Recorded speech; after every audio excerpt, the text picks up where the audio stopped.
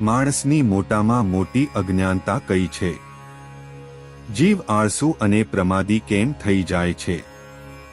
પ્રશ્નના જવાબ માટે સાંભળો સાગર કથા 9 જૂન 2024 અમૃત બિંદુ। વક્તા પરમ પૂજ્ય સદગુરુ શ્રી રામકૃષ્ણદાસજી સ્વામી। શ્રી સ્વામિનારાયણ સંસ્કારધામ ગુરુકુળ ધ્રાંગધ્રા।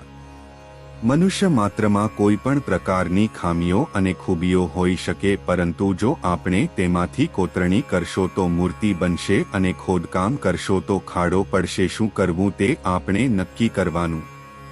એમાંથી કંઈક સારું લઈને આપણે આપણા જીવનનું ઘડતર કરવું। ઘણા બધા સારા એવા ગુણ હોય છે તો એવા ગુણની આપણે આરાધના કરીએ। પોતાની યથાશક્તિએ માણસે દાન કરવું। દાન સંપત્તિનું થઈ શકે એવું નથી।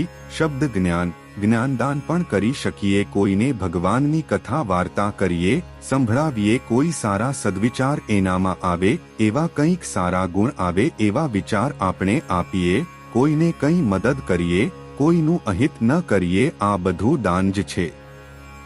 જ્યાં સુધી શરીર હાથમાં છે ત્યાં સુધીમાં માણસે મોક્ષનું સાધન કરી લેવું, પરંતુ બીજાનું જોવામાં અને વિચારવામાં માણસ સમય ન બગાડે પણ પોતાનું સુધારવામાં અને પોતાનું જોવામાં સમય ફાળવતો નથી, તે મહા મોટી અજ્ઞાનતા છે। વિચારવું કે સત્સંગ થયા પછી, સત્સંગમાં પ્રવેશ કર્યા પછી આપણામાં સ્વભાવ કે દોષો વધ્યા કે ઘટ્યા?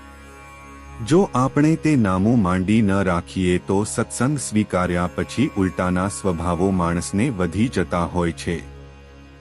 સત્સંગ પૂર્વે કોઈ ભગવાનના ભક્તો મળે ત્યારે તેના પ્રત્યે તેને બહુ જ ભાવને આદર હોય અને પગે લાગતો હોય અને બીજાને કહેતો હોય કે આપણાથી આવું નથી થતું, પણ આ ભગત આટલી ભક્તિ કરે છે માટે એને ધન્યવાદ દેવાય। પણ સત્સંગ સ્વીકાર્યા પછી જેનો ગુણ લેતો હતો એનો અવગુણ લેવા માંડ્યો, પરિણામે મહા મોટી ખોટ પડી। અપરાધોને કારણે આત્મા વધુને વધુ દુર્બળ થતો જાય છે। એટલે ધ્યાન, ભજન, ભક્તિ, પરમાત્માને પામવાનું એ સાધન કરવું, એમાં જીવ આળસુ અને પ્રમાદી થઈ જાય છે।